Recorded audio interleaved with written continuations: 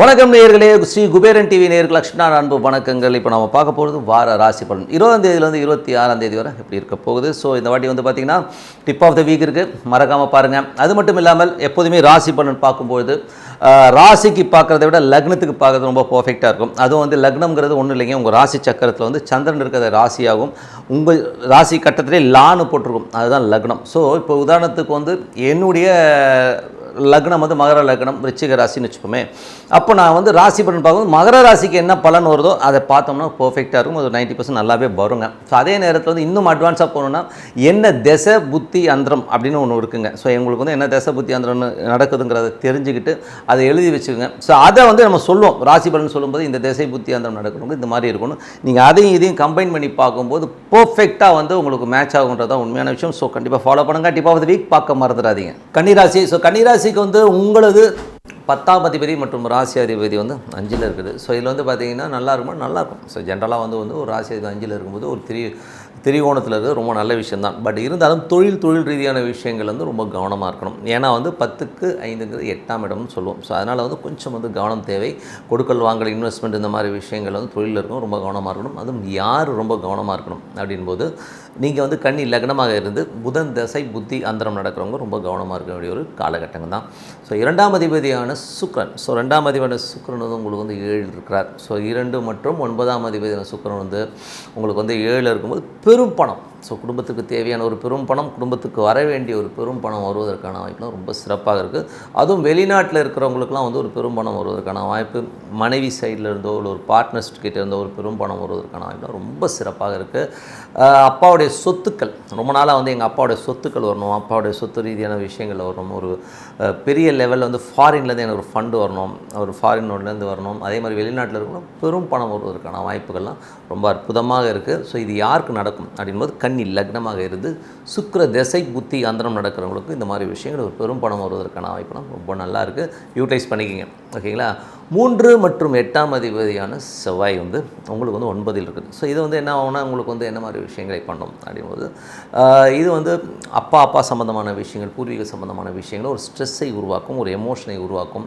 ஒரு கையெழுத்து போகிறது, ஜாமீன் கையெழுத்து போகிறதோ, யாருக்கோ வந்து ஒரு சைன் பண்ணி கொடுக்குறது, இந்த மாதிரி விஷயங்கள், செக் இஷ்யூ பண்ணுறது, இந்த மாதிரி விஷயங்கள் ரொம்ப கவனமாக இருக்கணும். ஏன்னா அந்த மாதிரி விஷயங்கள் எதாவது மாட்டிக்கிட்டிங்கன்னா அதெல்லாம் ஒரு ஸ்ட்ரெஸ் வர்றதுக்கான வாய்ப்பாக இருக்கணும், கொஞ்சம் கவனமாக இருக்கணுங்க. ஏன்னா இந்த எமோஷன்ஸுங்கிற ஒரு விஷயம் வந்து பார்த்திங்கன்னா ரொம்ப அதிகமான ஒரு பாதிப்பை ஏற்படுத்துங்கிறது வந்து என்னுடைய நம்பிக்கை. ஏன்னா வந்து இந்த எமோஷன்ஸில் தான் நம்ம நிறைய தப்பு பண்ணுவோம். ஏன்னா அப்போ அந்த கோவத்தில் வந்து நம்ம என்ன பேசுகிறோம் என்ன பண்ணுறோங்கிறது தெரியாதுங்கிறதுனால கொஞ்சம் கவனமாக இருக்கணும்.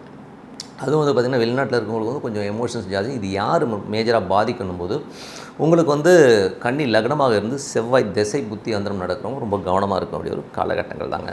ஸோ அதனால் கொஞ்சம் பார்த்து நடந்துக்குங்க. மற்றபடி 4ஆம் அதிபதி. ஸோ 4ஆம் அதிபதி வந்து குரு வந்து உங்களுக்கு வந்து 7ல் வந்து ஒரு நல்ல ஒரு ஆட்சி பலத்தோடு இருக்குது. அது முச்சமான சுக்கிரனுடைய இருக்கும்பொழுது ஒரு பெரும் பணம் வருவதற்கான வாய்ப்பு. ரியல் எஸ்டேட் சார்ந்த துறையில் இருக்கவங்க, வண்டி வாகனங்கள் வாங்கி விற்கிறவங்க, இவங்களுக்குலாம் வந்து ஒரு பெரும் பணம் வருவதற்கான வாய்ப்புகள்லாம் ரொம்ப நல்லா இருக்குது.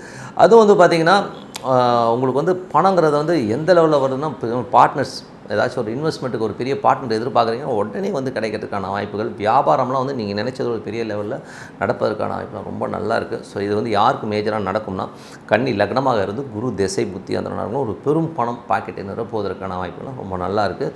ஸோ இது வந்து ஒரு பெரிய லாபங்களும் உங்களை வந்து வந்துடும். ஸோ அதில் வந்து எந்த வித மாற்றம் இல்லை. கணவன் மனைவி சைட்லேருந்து ஒரு பணம் வரணும், அந்த மாதிரி விஷயங்கள். ஸோ இதெல்லாமே வந்து பெரும் பணம் வர்றதுக்கான வாய்ப்பு ரொம்ப சிறப்பாக இருக்குது. 5ல் புதன். ஸோ 5ல் புதன் ரொம்ப நான் சொல்லும்போது உங்களுக்கு வந்து கலை சம்பந்தமானவர்களுக்கு வந்து ஒரு பெரும் பணம் வருவதற்கான வாய்ப்புகள், நல்ல ஒரு விஷயங்கள், நல்ல முன்னேற்றங்கள் இருக்கும். அதே நேரத்தில் தொழில் ரீதியான விஷயங்கள் இருக்கவங்களும் ரொம்ப கவனமாக இருக்கணுங்க. ஸோ இது வந்து ஏன்னா அந்த 8ஆம் அதிபதியும் அதீதமான பேராசைகளை ஏற்படுத்தி கொஞ்சம் மாட்டும். ஸோ இது யாருக்கு மேஜராக நடக்கும்னா கன்னி லக்னமாக இருந்து புதன் திசை புத்தி அந்த நடக்கிறவங்க ரொம்ப கவனமாக இருக்கணுங்க. ஸோ அது பார்த்துக்கணும். மற்றபடி வந்து பார்த்திங்கன்னா 5ஆம் அதிபதி. ஸோ இது வந்து 5ஆம் அதிபதி வந்து உங்களுக்கு வந்து 6ல் இருக்கிறது வந்து பார்த்திங்கன்னா குழந்தைகள் சார்ந்த விஷயங்கள். ஸோ குழந்தைகள் சார்ந்த விஷயங்கள் எல்லாம் பார்த்திங்கன்னா கொஞ்சம் நிறைய செலவுகள் பண்ணுறது, குழந்தைகளுக்காக ஒரு அடுத்த லெவல் போகிறதுக்கான ஒரு கடன் வாங்கி ஒரு விஷயங்கள் பண்ணுறது, இந்த மாதிரி விஷயங்கள்லாம் இருக்கும். மற்றபடி குழந்தைகளுடைய வளர்ச்சி வந்து ரொம்ப சிறப்பாக இருக்கும். பட் இருந்தாலும் சனியும் சூரியனும் ஒரே இடத்துல இருக்கிறனால கொஞ்சம் குழந்தைகளுக்கு கொஞ்சம் ஒரு டஃப் இருக்கும். அதாவது ஆண் குழந்தையாக இருந்தால் ரொம்ப முறைச்சிட்டு போகிறது, சண்டை போடுறது, இதெல்லாம் வந்து தவிர்க்க முடியாது. இதே பெண் குழந்தையாக இருந்தால் ஒரு அபரிதமான பாசத்தோடு நடக்கும் அப்பா கிட்ட. மேட்டர். ஸோ இதுதான் அப்பாவுக்கும் பிள்ளைக்கும் ஆகாது, அப்பாவுக்கும் பொண்ணுக்கும் வந்து ரொம்ப அட்ஜஸ்ட் ஆகி போகுங்கிறது தான் உண்மையான விஷயம். இது வந்து என்னங்க இப்படி மாறி மாறி நடக்கணும், இந்த ஒரு விஷயத்தில் மட்டும் கண்டிப்பாக மாறி நடக்குங்க. ஸோ அது வந்து பார்த்துக்குங்க. குழந்தைகள் விஷயங்கள் கொஞ்சம் கவனமாக இருந்துக்கிறது ரொம்ப ரொம்ப நல்லது. கொஞ்சம் வந்து காயங்கள் ஏற்படும் அப்படிங்கிறது. மறுபடி வேலையில் எப்படி இருக்கும்? ஸோ வேலையில் வந்து பார்த்திங்கன்னா 5ஆம் தேதி 6 கொஞ்சம் வேலை பளுக்கள் அதிகமாக இருக்கும். நிறைய வேலை பண்ணுறவங்க, பட் இருந்தாலும் கொஞ்சம் ஸ்ட்ரெஸ் இருக்குது. இந்த மேனேஜர் ஒத்துக்க மாட்டேங்கிறார், ஓனர் வந்து ஒரு சாட்டிஸ்ஃபேக்ஷன் மோட்லேயே இருக்க மாட்டேங்கிறாங்கிற எண்ணங்கள் கண்டிப்பாக இருக்கும். பட் ஆனால் வளர்ச்சி இருக்கும்னா கண்டிப்பாக வளர்ச்சி இருக்குங்க. ஸோ யார்கிட்டயாச்சும் வந்து நீங்கள் வேலை செய்கிறவங்க தான் மேனேஜர்கிட்டையோ ஓனர்கிட்டையோ இந்த காலகட்டங்களில் நான் சொல்கிறது வந்து இப்போ சூரியன் வந்து தாண்டி போயிடுச்சு, பட் இருந்தாலும் இன்னொரு ஒரு வாரத்துக்கு வந்து கம்முன்னு இருங்க. சண்டை சச்சரவு போகிறது, நான் கேள்வி கேட்குறேன்னு சொல்கிறது, பக்கத்தில் வந்து தூண்டி விடுவான், நீ கேளுன்னு அதை கேட்டுறாதீங்க. ஸோ இதனால் வந்து பாதிப்புகள் நமக்கு தான் வருங்கிறது வந்து கவனமாக இருந்துக்கணுங்க.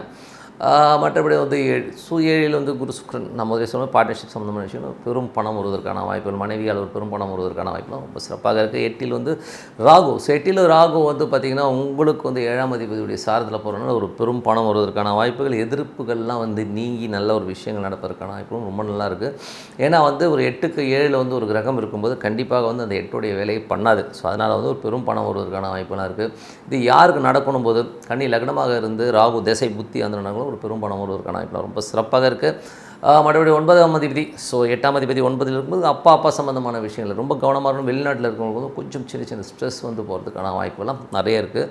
அப்பாவுடைய உடல்நலம் சார்ந்த விஷயங்கள் கொஞ்சம் கவனமாக இருந்துக்கிறது ரொம்ப ரொம்ப அவசியங்க. ஸோ இது யாருக்கு நடக்கணும் போது கன்னி லக்னமாக இருந்து செவ்வாய் திசை புத்தி அந்த நடக்கணும், இந்த மாதிரி விஷயங்கள்லாம் நடக்குங்க. 10ஆம் அதிபதி 5ல் இருக்கிறது முதலே சொன்ன மாதிரி தொழில் ரீதியான விஷயங்களில் கொஞ்சம் ஜாக்கிரதையாக இருங்க. 11க்கு வந்து குருவின் பார்வை இருக்கணும். ஒரு பெரும் பணம் லாபமாக வருவதற்கான வாய்ப்புகள், தொழில் ரீதியான விஷயங்கள் ஒரு பெரிய ஒரு அச்சீவ்மெண்ட் பண்ணுறதுக்கான வாய்ப்புகளும் ரொம்ப சிறப்பாக இருக்குது. ஸோ இதெல்லாம் வந்து யாருக்கு நடக்கணும் போது உங்களுக்கு வந்து கன்னி லக்னமாகிறது சந்திர திசை புத்தி அந்த நடக்கிறவங்க, குரு திசை புத்தி அந்த ஒரு பெரும் பணம் சம்பாதிப்பதற்கான வாய்ப்புலாம் ரொம்ப சிறப்பாக இருக்குங்க. ஸோ நல்ல விஷயங்கள் நல்ல மாற்றங்கள்லாம் இருக்குது. ஓகேங்களா? ஸோ இதில் வந்து என்னென்னா நம்ம வந்து பிரார்த்தனைங்கிற ஒரு விஷயத்தை ரொம்ப பக்காவாக பார்த்துருங்க. ஸோ இறைவனை நோக்கி ஒரு 10 நிமிடம் காலையில் வந்து பிரார்த்தனை பண்ணுங்கள். உங்கள் லெவல் வந்து அடுத்த லெவலுக்கு மாறதை பார்ப்பீங்க. ஒரு மேஜிக் நடக்கிறதை கண்டிப்பாக போகும். அது என்ன தெய்வமாக இருக்கணும். இப்போ வந்து உதாரணத்துக்கு வந்து சிவனை வழிபடுறீங்கன்னா ஓம் நமச்சிவாய அந்த ஈஸ்வரன் உள்ளே இறணும். ஸோ அந்த மாதிரி இறங்கி அதை நீங்கள் பண்ணும்போது பெரிய லெவலில் வந்து ஒரு வெற்றிகளை கொடுப்பதற்கான வாய்ப்பெல்லாம் நிறையா இருக்குது. ஸோ அது பண்ணி பாருங்கள். ஸோ லைஃப்பில் வந்து ரொம்ப நல்ல பெரிய அச்சீவ்மெண்ட் நமக்கு காத்திருக்குங்கிறது வந்து எந்த வித ஐயமும் இல்லை. ஸோ என்ன தேச புத்தி அந்தரம் இது என்ன வேணால் இருக்கட்டும், ப்ளஸ் மைனஸ் என்ன இருந்தாலும் இதெல்லாம் தவிடுபொடியாக்கி உங்களை அடுத்த லெவல் கொண்டு போகிறது பிரார்த்தனை ஒன்று மட்டும்தான். இப்போ வந்து டிப் ஆஃப் த வீக் என்ன சொல்ல போகிறோங்கிறது தான் பார்க்கலாம். ஸோ டிப் ஆஃப் த வீக்கில் வந்து பார்த்திங்கன்னா இப்போ வந்து ஜாதகங்கள் நிறைய ஜாதகம் பார்க்குறோம், நிறைய யோகங்கள் ப்ளஸ்ஸு மைனஸ்ஸு எல்லாமே இருக்குங்க. இது வந்து எல்லாருக்குமே வழியை கொடுக்குதுன்னா நிறைய வழிகளை கொடுக்குது. சில பேருக்கு வந்து ரொம்ப சந்தோஷத்தையும் கொடுக்கும். ஸோ நல்லது சொன்னால் சந்தோஷப்படுவோம், கெட்டது சொன்னால் ஐயோ அம்மாடு ஒரு அர்த்தம். இது மனித இயல்பு தானே. ஒரு கஷ்டமான விஷயங்களை சொல்லும்போது கண்டிப்பாக வந்து அந்த பிரச்சனைகளுக்கான தீர்வு கிடைக்காம இப்படி ஆகிடுமோ பயம் எல்லாருக்குமே வருங்க. ஸோ இதை வந்து இதில் வந்து தப்பிக்கிறது எப்படி? எல்லாருமே அப்படி தானே, ப்ளஸ்ஸாக இருந்தாலும் சரி மைனஸாக இருந்தாலும் சரி. அது வந்து ப்ளஸ்ஸாக இருக்கும்போது ஐயோ ஓவர் எக்ஸ்பெக்டேஷனில் போயிடும், மைனஸாக இருக்கும்போது அப்படியே குறுகி அப்படியே ஒடுங்கி போயிடும். ஸோ இது மனித இயல்பு. ஸோ நம்ம வந்து என்ன பண்ணலாம் அப்படின்போது இது ரெண்டுத்தையுமே நியூட்ரல் பண்ணக்கூடிய ஒரே விஷயம்தான் பிரார்த்தனை. ஸோ பிரார்த்தனைங்கிறதுக்கு வந்து ஒரு சிறந்த உதாரணம் என்னென்னா, அதுக்காக தான் வந்து நான் ராசி பலன்லேயே வந்து நிறைய பிரார்த்தனைகளை பற்றி சொல்லிகிட்ருப்பேன். நிறைய பேர் வந்து பரிகாரங்கள்ங்கிற பேரில் வந்து 30,000 40,000 1 லட்சம் 5 லட்சம்லாம் செலவு பண்ணி பரிகாரம் பண்ணுறீங்க. ஸோ பரிகாரத்தை விட சிறப்பு என்னென்னா பிரார்த்தனை. ஏன் சொல்கிறேன்னா, என் குருநாதர் திரு ஜி.கே. அவர்கள் அடிக்கடி சொல்கிறது தான், பிரார்த்தனைக்கு ஈடு இணை வேறு எதுவுமே இல்லைங்க. ஆனால் என்னென்னா அது பண்ணும்போது மனதார பண்ணுங்கிறது தான் முக்கியமான விஷயம். ஸோ அதனால் அந்த பிரார்த்தனை வந்து மனதார பண்ணணும். இதுக்கு வந்து இன்னொரு உதாரணமும் சொல்ல முடியும். ஸோ நாங்கள் வந்து ஒரு கிளாஸ் அட்டன் பண்ணோம். மகாதேவர் ஐயர், அவர் வந்து மகாதேவர் ஐயருங்கிறவர் பார்த்திங்கன்னா சாதாரண ஆள் கிடையாது. இன்றைக்கி வந்து இந்தியாவிலேயே வந்து ஒரு பெரிய ஒரு பாப்புலரான ஜோதிடர். அதுவும் வந்து பிரசன்னம், அது தேவ பிரசன்னம் சொல்லுவோம். தேவ பிரசன்னங்கிறது வந்து ஒரு கோயிலுக்கு கும்பாபிஷேகமோ கோயில் சம்மந்தமான விஷயங்கள், ஒரு எப்படி இருக்குது இந்த கோயிலுடைய அமைப்பு எப்படி இருக்குது, இங்கே கும்பாபிஷேகம் பண்ணலாமா, ஏதாவது தீட்டோ எந்த பிரச்சனையும் இருக்குதான்னு சொல்லிட்டு ஒரு பிரசன்னம் போடுவாங்க. பிரசன்னங்கிறது சாதாரண இல்லைங்க, ரொம்ப பெருசாக பண்ணுவாங்க. அதோடய சார்ஜஸ் பார்த்திங்கன்னா ஒரு பிரசன்னத்துக்கு வந்து 25 லட்சம் 30 லட்சம் சார்ஜ் பண்ணுற ஒரு ஆள், அவ்வளோ பெரிய ஆள். ஸோ அதுக்கான செலவுகள் இருக்குது. அந்தளவுக்கு ஒரு செலவுகள் பண்ணுவாங்க, யாகங்கள் பண்ணுவாங்க. அதெல்லாம் பண்ணி அந்த சோழியை வந்து உருட்டி நிற்கும்போது அப்படி பேசும் அந்த சோழி. ஸோ இதெல்லாம் வந்து நீங்கள் நடைமுறையில் நிறைய பேர் சில பேர் பார்த்துருக்கலாம்.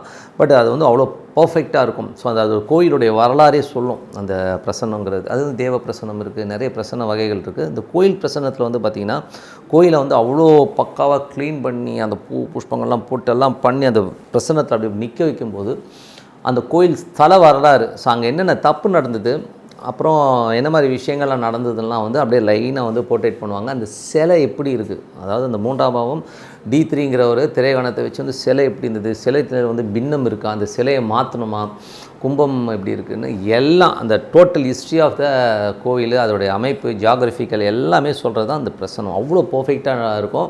அதில் வந்து வல்லவர் வந்து மகாதேவர் ஐயர், அவர்கிட்ட நாங்கள் வந்து கிளாஸ் பண்ணுவோம். ஏன்னா வந்து பிரசன்னங்கிறது வந்து ஜோதிடத்தை வந்து ஒரு மெயினான விஷயம். நீங்கள் வந்து ஜாதகமே இல்லைன்னா கூட உட்காந்து அந்த பிரசன்னத்தில் உட்காந்து அப்படி பிடிச்சி பார்க்கும்போது அப்படியே நிற்கும். ஸோ இது நடக்கும் நடக்காது இப்படி தான் இருக்குங்கிறது வந்து சொல்லக்கூடிய அளவுக்கு ஒரு பயங்கர பர்ஃபெக்டாக சொல்லக்கூடிய ஒரு விஷயம் தான் பிரசன்னம். ஸோ அதில் வந்து கிங் அவர். ஸோ அப்படிப்பட்ட ஆள்கிட்ட நம்ம வந்து கிளாஸ் படித்தோம். அவர் வந்து எல்லா கிளாஸ்லேயும் வந்து நிறைய விஷயங்கள் நிறைய வந்து எல்லாமே முடிச்சு ஒரு 3 நாள் கிளாஸ் வந்து முடிஞ்சதுங்க. ஸோ 3 நாள் கிளாஸ்க்கு அப்புறம் ஈவினிங் வந்து இந்த சர்டிஃபிகேட் இஷ்யூஸ்லாம் முடிச்சதுக்கப்புறம் அவர் சொன்ன ஒரு விஷயம் தான் என்னென்னா, நான் வந்து ஜோதிடம் தான், ஸோ நான் பிரசன்னம் பார்க்குறேன், கோயில்கள்லாம் பார்க்குறேன், எல்லாமே ஓகே. பட் என் வாழ்க்கையில் வந்து நடக்கிற ஒரு விஷயம் என்னென்னா, மறக்க முடியாத விஷயம் பிரார்த்தனை. நான் வந்து என்கிட்ட வந்து பார்த்திங்கன்னா கிட்டத்தட்ட வந்து நான் காலையில் எழுந்தோடனே எனது குல தெய்வம், எனது இஷ்ட தெய்வம், மற்ற எனது தெய்வங்களுக்கெல்லாம் வந்து கரெக்டாக வந்து நான் பூஜை பண்ணிடுவேன். பிரார்த்தனையை வச்சுட்டு தான் நான் அடுத்த வேலையை பார்ப்பேன். இதை வந்து நான் வந்து மாமூலாக பண்ணிகிட்ருக்கேன், ரெகுலராக வந்து பண்ணிக்கிட்டு வரேன். இதை வந்து ஊர்ஜிதப்படுத்துகிற மாதிரி அன்றைக்கி அதுக்கடுத்து நம்ம வெளியூர்லலாம் வந்து அந்த மண்டபத்திலே தங்கியிருந்தேன். இவர் அந்த மண்டபத்தில் தான் தங்கியிருந்தார். அவர் அங்கே பார்த்த பசங்களே சொன்னாங்க, விடிய காலையில் 3 மணிக்கு எழுந்துச்சு அவர் பூஜை பண்ணுறாரு பாஸ். என்ன பாஸ் இந்த வயசில், அவருக்கு வயசு பார்த்தீங்கன்னா மோர் தென் ஐ திங்க் 75 இருக்குன்னு வச்சுக்கோமே, 72 75 வயதில் வந்து அவர் வந்து அந்த குடிச்சிட்டு வந்து அந்த சாமி கும்பிட்றத பார்த்தா அப்படியே மிரண்டாங்க. அவர் சொல்கிறார், அந்த பிரார்த்தனை ஒன்று தாங்க, அந்த பிரார்த்தனை வந்து என்னை வந்து ஒன்றுமே பண்ணலை, எவ்வளோ பிரச்சனைகள் எவ்வளோ இது வந்தாலும் எல்லாமே மலை போல் வரதெல்லாம் அப்படியே பனி போல் போச்சு. அந்த பிரார்த்தனைக்கு வந்து அவ்வளோ வலு இருக்குது. என்னோடய இஷ்ட தெய்வத்தையும் குலதெய்வத்தையும் நான் விடுறதே கிடையாது. அந்த பிரார்த்தனையை பண்ணிட்டு தான் அடுத்த வேலையை பார்ப்பேன்.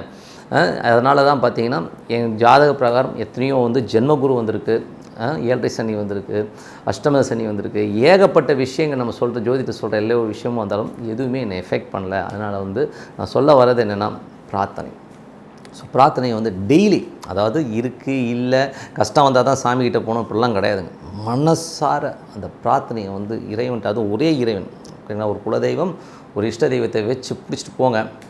அது பாருங்கள், அது பண்ணுற மேஜிக்லாம் பார்த்திங்கன்னா லெவல் வந்து வேறு மாதிரி இருக்கும். ஸோ இது வந்து என் வாழ்க்கையிலையும் நான் அப்ளை பண்ணியிருக்கேன். எவ்வளோ மேஜிக்ஸ் நடந்திருக்கு, எவ்வளோ ஒரு அற்புதங்கள்லாம் நடந்திருக்கு. ஸோ இது வந்து மனதார பண்ணி பாருங்கள். அதனால தான் வந்து அந்த தெய்வ வழிபாடுக்கு ஈடு இணை வேறு எதுவுமே கிடையாது. இன்றைக்கி வந்து நாத்திகம் பேசுகிறவங்க 1000 பேசலாம், ஆனால் பண்ணி பாருங்கள், பரிசித்து பாருங்கள், அப்புறம் புரியும் உண்மைன்னு சொல்லிவிட்டு. So tip of the week உங்களுக்கு ரொம்ப பிடிக்கும்னு நினைக்கிறேன். இது சம்மந்தமாக ஏதாச்சும் கமெண்ட் இருந்தால் கமெண்ட்டில் போடுங்க.